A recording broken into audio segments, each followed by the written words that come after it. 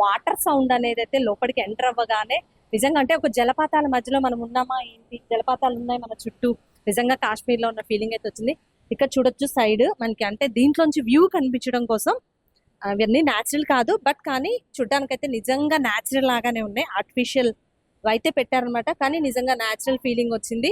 నిజంగా సూపర్ గా, నిజంగా చల్లగా చాలా మంచి ఫీలింగ్ ఉందన్నమాట. రియల్గా ఎక్కువ మంచు పర్వతాల్లో వాళ్ళు ఎక్కువగా ఇలాంటి హౌసెస్ బిల్డ్ చేసుకుని ఉంటుంటారు కదా, సో అదే ఫీలింగ్ ఇచ్చారు. అంతేకాకుండా పైన కూడా మంచు పడితే ఎలా ఉంటుంది వుడెన్ హౌసెస్, అంటే వాళ్ళకి మంచు కాలంలో మంచు కురుస్తుంది కదా, సో రూఫ్ మీద అంతా మంచు ఫీలింగ్ ఇచ్చారు. అంతేకాకుండా పైన అంతా కూడా అదే ఫీలింగ్ ఇచ్చారు. ఇక్కడైతే కాశ్మీర్ ఆపిల్స్ దగ్గరకు వచ్చాం. నిజంగా కాశ్మీర్ లో ఆపిల్స్ చూస్తున్నట్టుగా ఉంది, సూపర్ గా ఉందన్నమాట. అంతేకాకుండా పక్కన అయితే జలపాతాలు అదిరిపోతున్నాయి రియల్ గా. అంటే ఈ వేసవిలో పిల్లలకైతే ఆడుకోవడానికి, అంటే అంతేకాకుండా చూసి ఫీల్ అవ్వడానికి ఎంత ఆహ్లాదమైన వాతావరణం, అంతేకాకుండా చూస్తుంటేనే నిజంగా వావ్ అని కనువిందు చేస్తుంది అనమాట ఈ ఎగ్జిబిషన్.